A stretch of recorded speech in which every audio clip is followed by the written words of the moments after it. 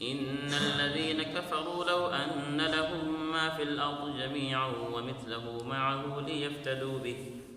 ليفتدوا به من عذاب يوم القيامة ما تقبل منهم ولهم عذاب أليم يريدون أن يخرجوا من النار وما هم بخارجين منها ولهم عذاب مقيم۔ ترجمہ: یقین رکھو جن لوگوں نے کفر اپنا لیا ہے، اگر زمین میں جتنی چیزیں ہیں وہ سب ان کے پاس ہوں اور اتنی ہی اور بھی ہوں تاکہ وہ قیامت کے دن کے عذاب سے بچنے کے لیے وہ سب فدیے میں پیش کر دیں، تب بھی ان کی یہ پیشکش قبول نہیں کی جائے گی اور ان کو دردناک عذاب ہوگا۔ وہ چاہیں گے کہ آگ سے نکل جائیں، حالانکہ وہ اس سے نکلنے والے نہیں ہیں، اور ان کو ایسا عذاب ہوگا جو قائم رہے گا، جو ہمیشہ ہوگا۔ پچھلی آیت میں اللہ رب العزت نے اہل ایمان کے لیے کامیابی کے اصول بیان کیے تھے کہ اگر کامیاب ہونا چاہتے ہو دنیا اور آخرت میں تو 3 اصول کامیابی کے بتائے تھے، ان کو اپنا لو، کامیاب ہو جاؤ گے۔ پہلا اصول تھا اتقوا اللہ، اللہ کا ڈر اپنے دل میں پیدا کرو، تقوی کی زندگی گزارو۔ دوسرا اصول تھا وابتغوا الیہ الوسیلہ، اللہ کے قرب حاصل کرنے کے ذرائع کو تلاش کرو، اللہ کے قریب ہونے کو جو اسباب ہیں ان کو اپناؤ۔ وجاہدوا فی سبیلہ، تیسرا اصول تھا کامیابی کا، اللہ کے راستے میں جہاد کرو۔ آج کی آیت میں ان الذین کفروا، اللہ نے فرمایا ان 2 آیات میں تخویف اخروی، آخرت سے ڈرایا جا رہا ہے، آخرت کا ڈر بچھایا جا رہا ہے، اور جس کا ان آیت میں ذکر کیا وہ ہے مال۔ انسان اس دنیا میں رہ کر اگر اللہ سے غافل ہوتا ہے، اللہ کے احکامات کو توڑتا ہے، اس کے اندر سستی اور غفلت آتی ہے، یا تو رشتہ داروں کی وجہ سے آیا کرتی ہے، یا اولاد کی وجہ سے آیا کرتی ہے، اور یا پھر بیوی کی وجہ سے۔ اور ان ساروں کی وجہ سے کیوں آتی ہے کہ ان ساروں کو راضی کرنے کے لیے وہ کوشش میں لگا رہتا ہے کہ میں مال کماؤں۔ تو ان ساروں سے غفلت کا جو مین سبب ہے وہ ہے مال۔ اللہ نے فرمایا کہ اگر یہ انسان دنیا کی ساری نعمتیں اپنے پاس اکٹھی کر لے، دنیا کے سارے خزانے اپنے پاس اکٹھے کر لے، اور جتنے خزانے اس کے پاس موجود ہیں اس کے جتنے اور خزانے بھی جمع کر لے، اور کل قیامت کو اللہ کی بارگاہ میں یہ فدیہ پیش کر دے جی یہ لے لو اور مجھے معاف کر دو، اللہ کہتے ہیں اس کی اس پیشکش کو قبول نہیں کیا جائے گا، کہ وہاں تو نہ رشوت چلے گی، نہ سفارش چلے گی، اور نہ ہی وہاں پر کوئی مددگار ملے گا۔ وہاں تو انسان وہی کامیاب ہوگا۔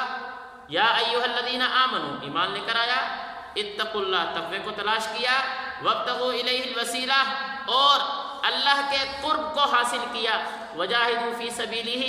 اور اللہ تک پہنچنے کے جو راستے ہیں ان کو اپناتا ہے تو وہ شخص کامیاب ہے۔ دنیا میں جتنا مرضی مالدار ہو، جتنا جلدی اس کے پاس اسباب موجود ہیں، لیکن کل قیامت کو یہ کام آنے والے نہیں ہیں۔ تو اللہ فرما رہے ہیں ان الذین کفروا، بے شک وہ لوگ جنہوں نے کفر اختیار کیا، لو ان لهم ما فی الارض جميعا، اگر ان کے پاس وہ کچھ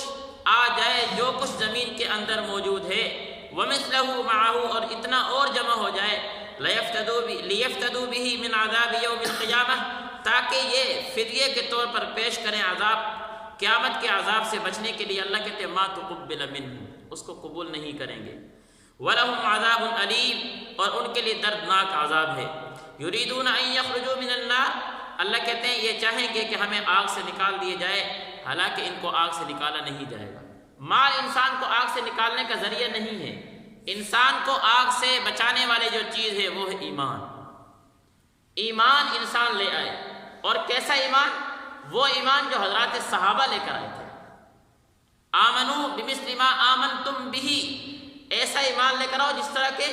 صحابہ ایمان لے کر آئے، فقد اہتدوا، تب تو ہو کامیاب۔ اگر ایسا ایمان کہ میں کلمہ بھی پڑھ لوں اور اپنے خواہشات پہ چلتا رہوں، میں مسلمان بھی کہلاؤں اور پورے بھی اپنے مزاج کے خواہشات کو پورا کرتا رہوں، نہیں، ایسا ایمان قابل قبول نہیں ہے۔ تو ایمان آگ سے بچانے والی چیز ہے، اور ایمان کون سا آگ سے بچائے گا؟ جب انسان کے دل میں اللہ کا ڈر ہوگا، اور تقوی وہ چیز ہے کہ انسان کو ہر برائی سے بچا سکتا ہے۔ تقوی ایسی اللہ کا ڈر جس انسان کے دل میں بیٹھ جائے ایک آدمی ہے نا وہ فیکٹری کھولتا ہے اور اس میں ملازم رکھتا ہے، اگر وہ یہ چاہتا ہے نا کہ میرا ملازم اس دکانداری میں رہ کر کوئی فراڈ نہ لگائے، مجھ سے کوئی جھوٹ نہ بولے، کوئی دغا بازی نہ کرے، اس کے دل میں اللہ کا ڈر بٹھا دیں۔ آپ 4 کیمرے لگا لیں، 5-6 کیمرے لگا لیں، 10 کیمرے لگا لیں، یہ کیمرہ اس کو جو ہے گناہ سے نہیں بچا سکتا، آپ کو دھوکہ دینے سے نہیں بچا سکتا، لیکن ایک کیمرہ لگا لیں اس کے دل میں، یہ دل میں جو کیمرہ لگنے والا ہے اس کو ہر گناہ سے بچا دے، اور وہ ہے اللہ کا ڈر۔ حضرات صحابہ میں کیا چیز تھی؟ کچھ بھی نہیں تھا، لیکن وہ ڈرتے تھے اس چیز سے کہ ہمارا ایک قدم بھی اللہ کے حکم کے خلاف ورزی کیا ہے اور اٹھ جائے۔ اس لیے تقوی اور ایمان ایسی چیز ہے جو انسان کو اللہ رب العزت کے احکامات کو توڑنے سے، اللہ کی نافرمانی سے بچا سکتا ہے۔ والسارق والسارقة فاقطعوا أيديهما جزاء بما كسبا نكالا من الله والله عزيز حكيم۔ دوبارہ اللہ رب العزت نے وہی جو شرعی سزائیں چل رہی تھی، حدود، ان میں سے ایک کا ذکر ہوا تھا ڈاکہ زنی، دوسرا آ رہا ہے چوری۔ اگر کوئی چوری کرتا ہے، کوئی مرد چوری کرے، والسارقۃ، کوئی عورت چوری کرے، اللہ نے فرمایا فاقطعوا ایدیہما، ان دونوں کے ہاتھوں کو کاٹ دو، جزاء بما کسبا، یہ بدلہ ہے اس چیز کا جو انہوں نے کیا ہے، نکالا من اللہ، اور یہ ایسی عبرتناک سزا ہے اللہ رب العزت کی طرف سے۔ واللہ عزیز حکیم، اللہ صاحب اقتدار بھی ہے، صاحب حکمت بھی ہے۔ یہ پہلے بات گزر چکی ہے کہ چوری یہ حد میں سے ہے، قصاص میں سے نہیں ہے، اور حدود اللہ اس کو کہتے ہیں کہ جس آدمی کا حق مارا ہے وہ اگر آدمی معاف بھی کر دے تب بھی معاف کرنے سے حد ساکت نہیں ہوتی۔ جس طرح ایک آدمی نے چوری کی، کسی کے 10,000 روپے چرا لیے، اب چرانے کے بعد جس کے 10,000 چرائے تھے اس کو واپس بھی کر دیتا ہے، اب یہ آدمی کہتا ہے جی میرے 10,000 روپے مل گئے ہیں، میں معاف کرتا ہوں، اس کے اس معاف کرنے سے جو ہاتھ کاٹنے والی سزا ہے وہ ساکت نہیں ہوگی، وہ پھر بھی ملے گی۔ وہ پیسے والا معاملہ الگ چیز، یہ جو ہاتھ کاٹا جا رہا ہے یہ اس کے فعل کی، یہ اس کے اس برے فعل کی سزا دی جا رہی ہے، اور اللہ رب العزت کا یہ حد، یہ کیا ہے؟ حق ہے، اس لیے اس کو حدود اللہ کہا جاتا ہے۔ یہ قصاص میں سے نہیں ہے کہ انسان کے معاف کرنے سے یہ معاف ہو جائے گی، اس لیے فرمایا جا رہا ہے والسارق والسارقۃ فاقطعوا ایدیہما، مردوں میں سے اور عورتوں میں سے جو چوری کرے گا، فاقطعوا ایدیہما، ان کے ہاتھ کو کاٹ دو، اور ان کے ہاتھ کو کاٹنا یہ ایسی سزا ہے، اللہ نے فرمایا نکالا، نکالا من اللہ۔ نکال کسے کہتے ہیں عربی میں؟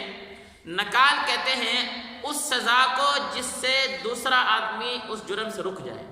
ایسی عبرتناک سزا دینا کہ دوسرا آدمی دوبارہ اس جرم پر عمل پیرا ہونے پہ کیا ہے؟ ڈرتا رہے، اس کو کہتے ہیں نکال۔ تو ہاتھ کاٹنا اتنا جو ہے نا شنیع ہے، فعل ہے، جب انسان کا ہاتھ کاٹا جائے گا کوئی دوسرا آدمی چوری کرنے کی جرت نہیں کر سکے گا، اس لیے فرمایا نکالا۔ اور من اللہ، اللہ نے فرمایا نکالا من اللہ، یہ اللہ کی طرف سے ایسی عبرتناک سزا ہے۔ مفسرین کہتے ہیں من اللہ کا لفظ لا کے اشارہ کر دیے اس چیز کی طرف کہ یہ اللہ کا حق ہے، انسان کا حق نہیں کہ اگر انسان معاف کر دے تو یہ حد ساکت ہو جائے گی، نہیں، من اللہ، یہ سزا اللہ رب العزت کی طرف سے دی جا رہی ہے۔ واللہ عزیز حکیم، اللہ رب العزت صاحب اقتدار بھی ہیں، صاحب حکمت بھی ہیں۔ اس آیت کی تشریح انشاءاللہ کل اللہ سمجھنے کی توفیق